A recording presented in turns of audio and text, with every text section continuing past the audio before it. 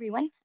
We're really excited to be here today to speak to you about responsible AI in Onnx, specifically looking at topics around metadata, model cards, and provenance.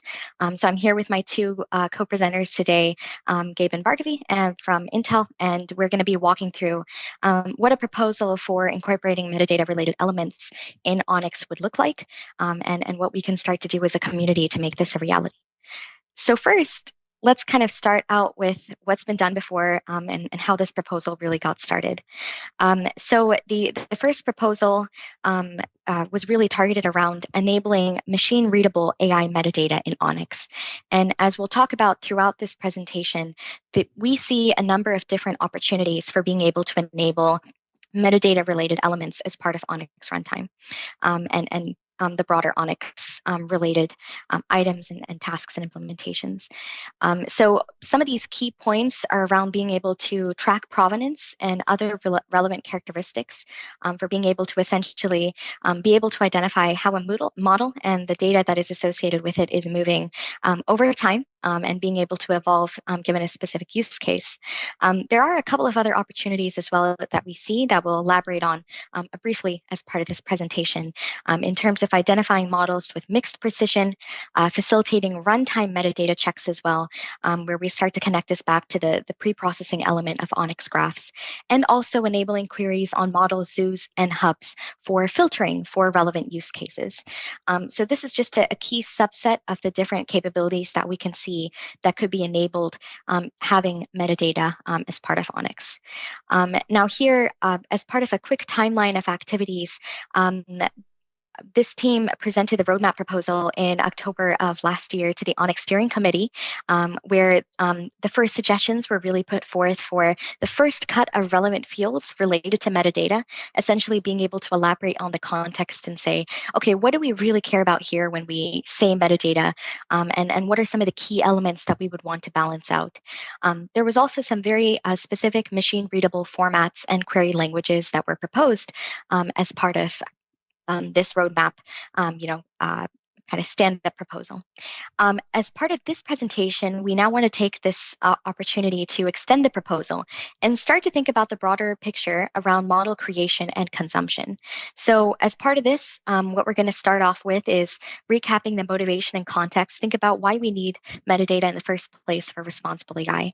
We're then going to present our proposal with a new concrete end-to-end design where we cover the creation, querying, and visualization of metadata, apropos model hubs and zoos.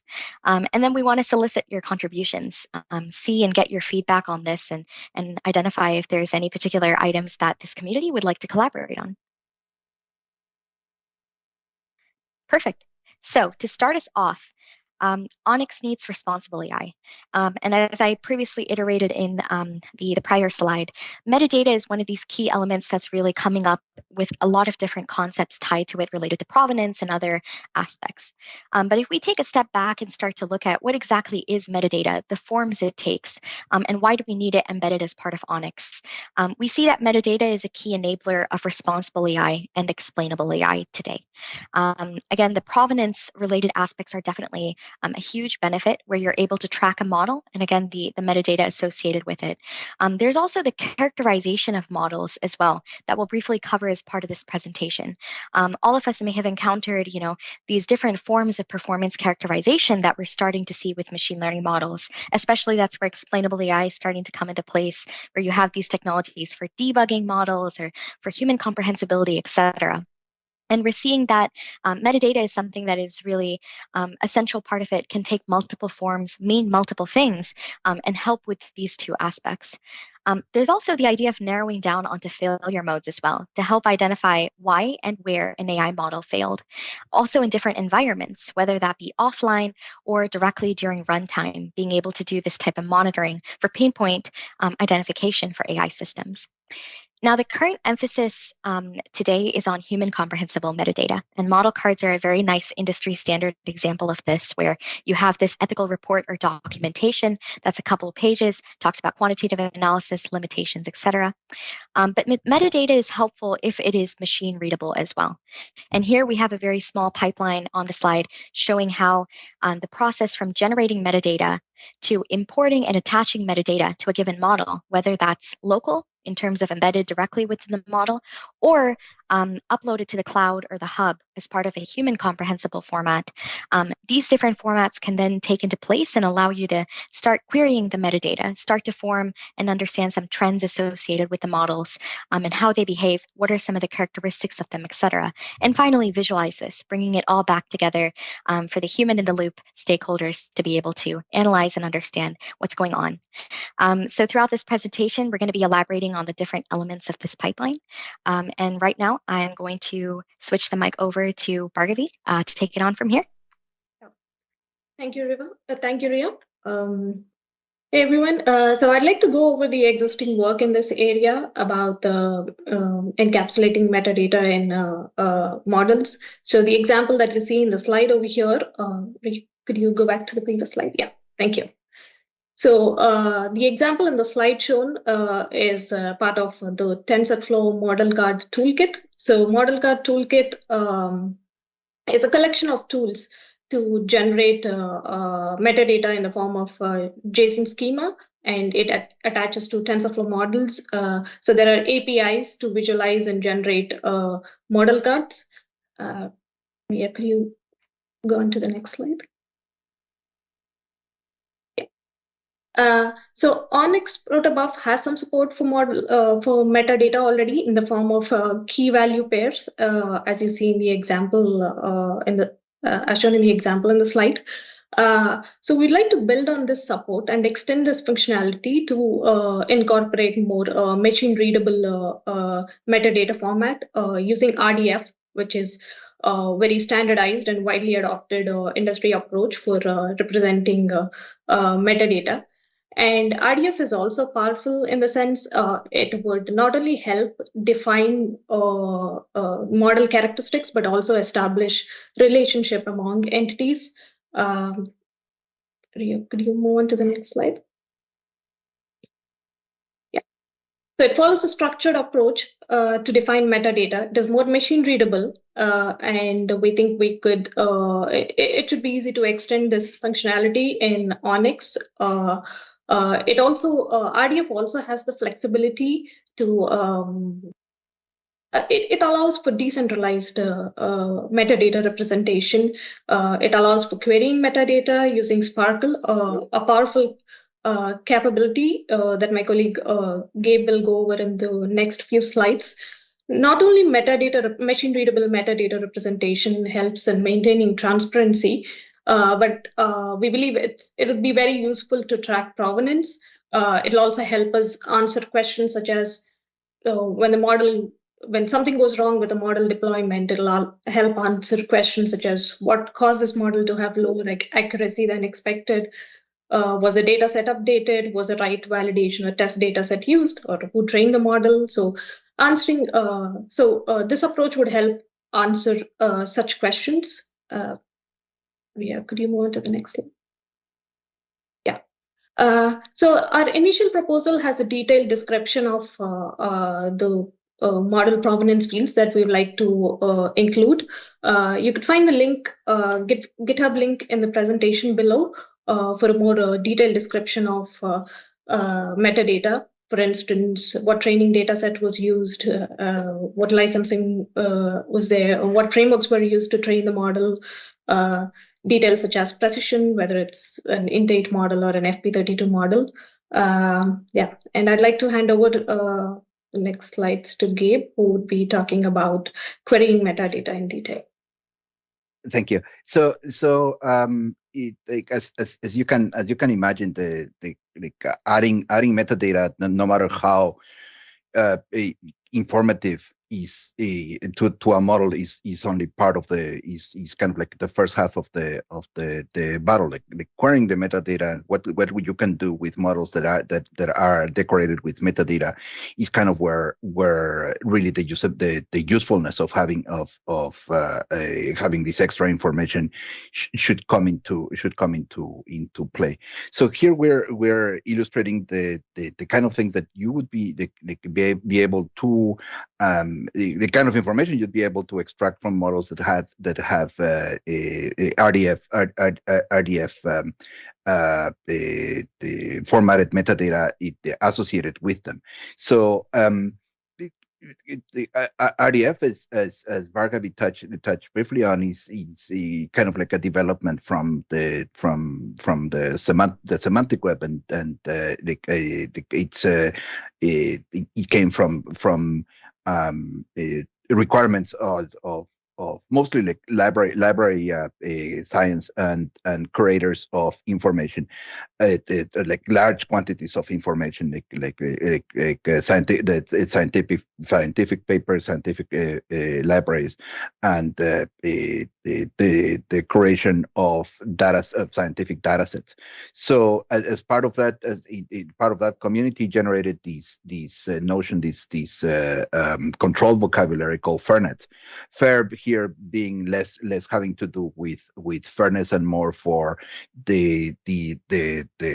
what the semantic web community called identified as like 4 guiding principles to have data or data or digital assets being actually useful and fair, like stand for the letters of fair stand for findable, accessible, interoperable, and reusable. So here we're trying to put that to the test by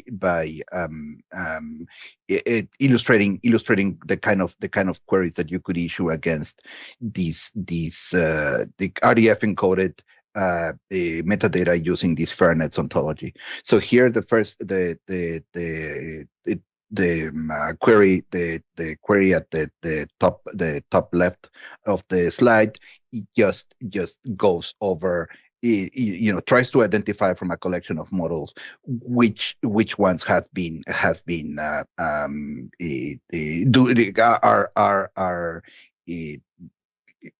are best are suitable to doing NLP tasks on and that have been proven or that have been trained, especially on categories like that include sports, for example. So if you want to do sentiment analysis on an ongoing game or something like this, would allow you to identify from a large collection of models which ones are, to discover those that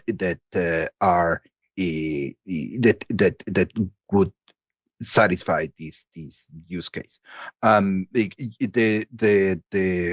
part of what the advantages of RDF that we find useful here is that it's kind of infinitely extensible. So this control vocabulary is not limited to like what it is that you want to like some authority has decided to include in the vocabulary, but you can extend it as long as you made those ontologies also available online. So as long as there is a URL that you can dereference and use. So here we illustrate that kind of capability by in the second query, to the left, but at the bottom, a provenance task where you try to identify what is models or list the available models associated with determining who created them. Who can be an organization or a specific person, and they group them by how big they are, where big is a measure of how many layers they have. Of course, like this is just kind of like not the only way to measure size. But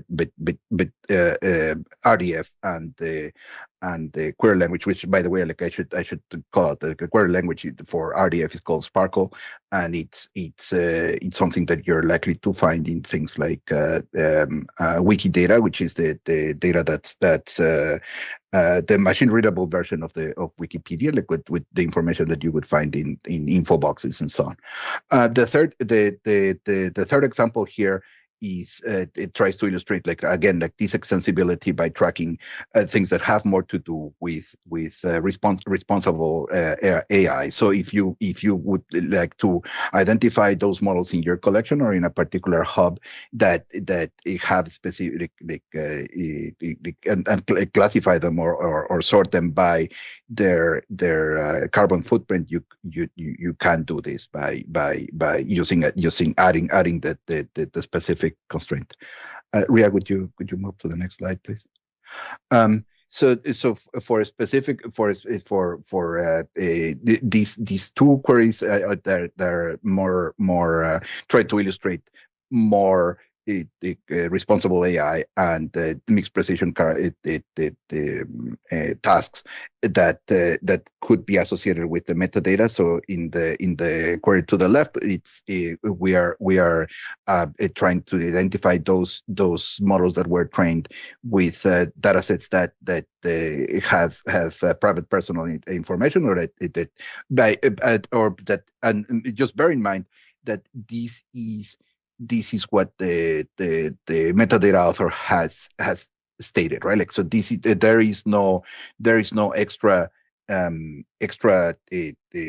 measure of like whether a model is responsible, does not exhibit a particular bias. That those are facilities that can be built on this. But right now we're just concentrating on providing the foundational blocks to do so. The query on the query to the right is a similar thing, identifying mixed precision, but this makes use of an extra extensibility point that we have provided. Ria, would you move to the next slide? So this is all well and good, but the how to deliver this functionality it remained a question. So we have found, and we're working on a POC that provides the functionality that I just show you, extending the Hugging Face Hub API, basically by allowing the kind of queries that I showed you as filters, extending the filtering capability that the Hugging Face Hub API already allows. So we are the use model that we have in mind is kind of like a two-stage use model, where you first go from a large collection of models, you run this query, and then you identify a much smaller subset that may be useful to your task, and then you can do kind of like a double click, or consult more specific information that can be displayed in a different way. So for this, I'll hand it over to Ria to show what information I'm talking about. Okay, thank you, Gabe.